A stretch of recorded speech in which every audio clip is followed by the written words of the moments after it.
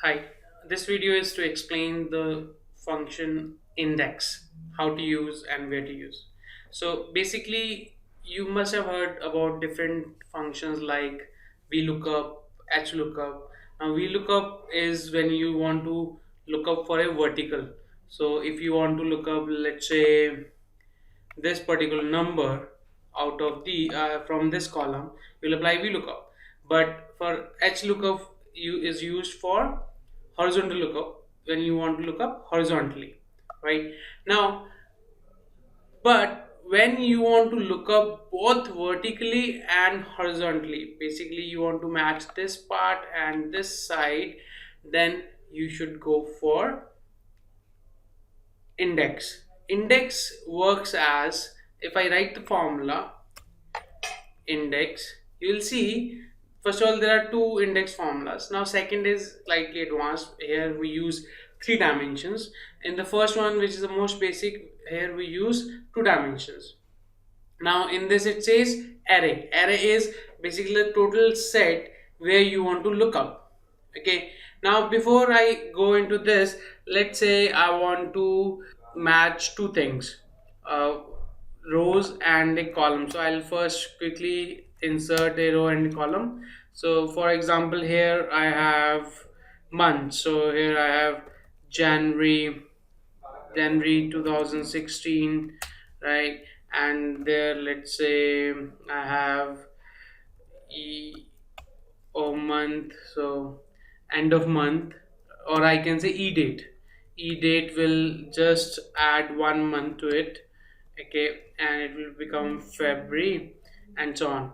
And then in this side, let's say we have departments like sales, marketing, we have, for example, operations, we have production and others. So basically there can be A, B, C, and so on, right? So let's take these only. Let's say these are expenses. So I want to see what is the expense of marketing in the month of March, right? So what I'll do is I want to look up. Now if I want to look up for marketing, I can go for VLOOKUP and then maybe 1 2 3 4 5 6 depending on which month. But if I want to do for month, I can, if let's say March, I can apply HLOOKUP. But if I want to do both, so let's say I want to do March and operations. So I have 1 2 3 4, 1 2 3 4. Here both are same. Let's make it different. April and operations, right? So 4 and 5. So if I say index array is this total. Now many people say, why we are including the first row and the first column when we don't need them? We can directly look at these. Now both will work. The only thing is you have to be clear that from where you are starting your counting. Okay, so if you are selecting this array, you should start counting from this.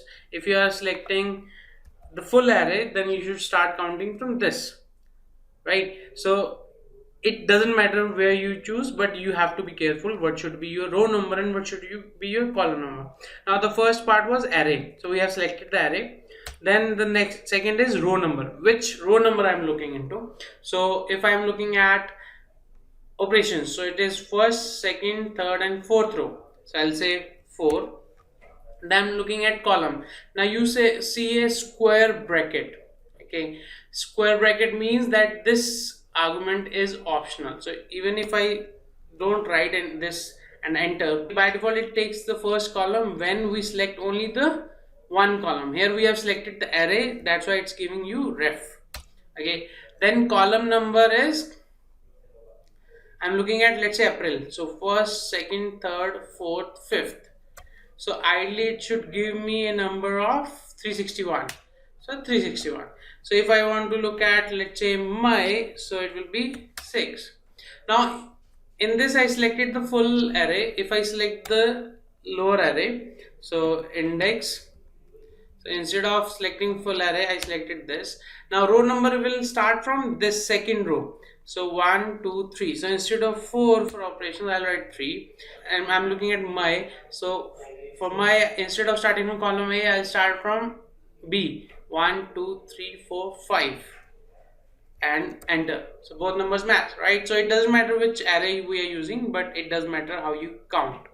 This is how we use index. Now the problem is, many people say, when we need to count rows and columns, then what's the use? Why? Because if I need to count every time, I can look manually and tell what is the number 275. So to make it automatic, usually index is not used like the way we just saw.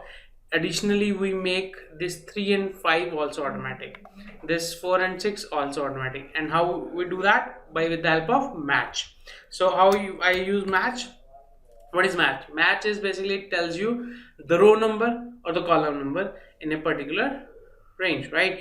Now let's say I want to go for my, right? So first I will write this value here, right? I need to know what I'm looking for, okay?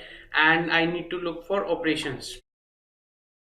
So this is my operations, okay? Now for my, I need to know which column it is. So first of all, I need to decide if I'm starting from here or column B. So let's say we start from column A. So I'll say match, lookup value is my, lookup array, in which row or column you're looking. So I'm looking in this, comma, match type. So usually most of the time we'll go for exact match, because we need to find out exact value. Okay, for exact match you have to write 0 and enter. So it tells you that it's at 6th position.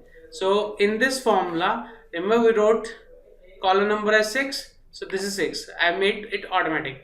Then the next I will look for match for operations. Now instead of column, I need to look at rows. So I will select my lookup value as operations and my array as the column A, which is the rows.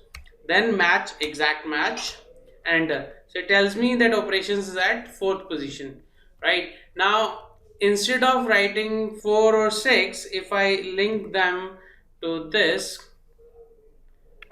then it should automatically tell me the value, right? Now if I change, let's say to June, it will automatically change 146. Instead of operations, let's say I go for B, it should change 911, this value, right? So this is how we use index. Now what I can do is, I can insert these formulas within the index function, so that I need to write only one. So this was N2 and this was